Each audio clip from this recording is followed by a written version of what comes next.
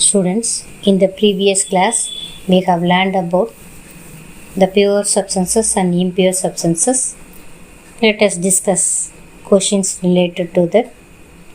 In page number 15, question number 1. What is meant by a substance? Answer: any matter which has a specific composition and specific properties is called substance. Every pure element and compound is a substance. For example, iron element and methane compound. Question number 2. List the points of differences between homogeneous and heterogeneous mixtures. Answer: serial number, homogeneous mixture, heterogeneous mixture. Number 1. These may be called solutions. These may be called suspensions or colloids. Number 2. The components cannot be distinguished. The components can be easily distinguished. Number 3. They have uniform concentration. They have non-uniform concentration. Number 4. If they are liquid, then their particles can pass through filter paper. Their particles may or may not pass through filter paper. Number 5. They are stable. They may or may not stable. Examples: mixture of sodium chloride and water, NaCl and water, copper sulfate and water. Examples: mixture of sand and water, petrol and water. Let us learn about the solution. What is solution? It is a homogeneous mixture of two or more chemically non-reacting substances. Example: already we studied in the activity sugar solution, salt solution, etc. What are the components of solution? Solute and solvent are the components of a solution. What is solute? The components of a solution which gets dissolved in any medium and is present in small amount in comparison to the other component is called a solute. What is solvent? The component which is present in large amount and acts as a medium in which solute is dissolved is known as a solvent. Example: sugar solution, solute sugar, solvent water. In lemonade, solute sugar, salt, lemon juice, solvent water. In vinegar, solute acetic acid, solvent water. We cannot see components, that is particles of them, the components of the mixture even under the microscope, so they are homogeneous mixtures. Why is a solution called true solution? Answer: the solutions of sugar, common salt, acetic acid, etc. in water are called true solutions because in these solutions the particles of the solute, that is sugar, salt, acetic acid, etc. are so thoroughly mixed with water that we cannot distinguish one from the other. Types of solutions on the basis of type of solvent. The solutions are categorized into two, that is aqueous solution and non-aqueous solution depending upon the solvent. A.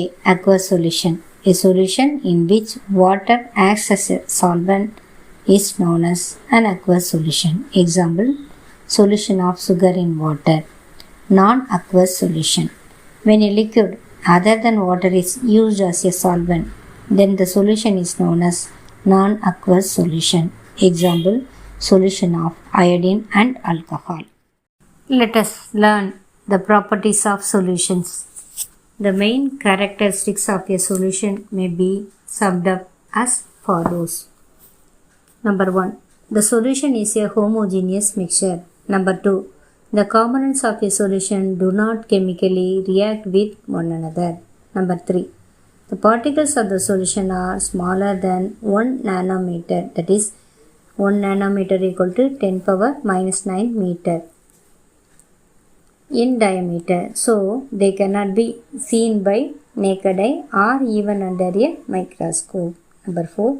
Because of small size, the solute particles do not scatter a beam of light passing through the solution. Therefore, the path of light is not visible in a solution. Point number 5. The particles of the solute in a solution pass through filter paper, thereby showing that the solute particles are smaller than the pores of the filter paper. Point number 6. When the solution is allowed to stand undisturbed, the particles of the solute do not settle down. This shows that solutions are stable. Point number 7. A solution is always transparent in nature. It may be colorless or colored. For example, a solution of sugar in water is colorless, while that of copper sulfate in water has blue color. The properties already we have learned while doing the activity 2.2, that is while discussing the activity 2.2. Concentration of a solution. To understand the meaning of concentration of a solution, let us take two beakers and label them as A and B. Place 50 ml of water in each one of them. Dissolve a few crystals of copper sulfate in beaker A and one full spatula of copper sulfate in beaker B. Stir well to obtain a clear transparent solution. Repeat the above experiment by taking 100 ml of water in each beaker. You will observe that the four beakers have different shades of blue color. Thus, we conclude that in solution, the relative amount of solute and the solvent can be varied. Depending upon the amount of solute present in a solution, it can be called a dilute or concentrated or saturated solution. Dilute and concentrated are comparative terms. Solution obtained in beaker A is dilute as compared to that of obtained in beaker B.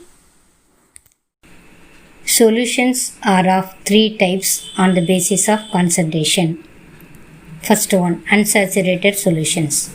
The solution in which some more amount of solute can be dissolved at a given temperature under the normal conditions is known as unsaturated solution. Example, 36 gram of common salt in 100 gram water at 293 Kelvin is a saturated solution, but 17 gram of common salt in 100 gram water at 293 Kelvin is called unsaturated solution.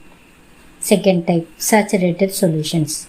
Those solutions in which no more solute can be dissolved at the given temperature and contain maximum amount of solute dissolved in a given quantity of solvent are called saturated solutions. Example, when we dissolve sugar at a particular temperature in 1 glass of water, it dissolves readily.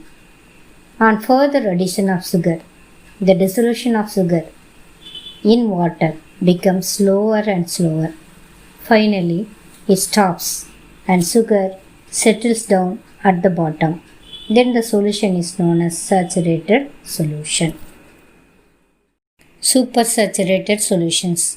At a particular temperature, when a solution temporarily contains more solute than the saturated level, then that solution is known as supersaturated solution.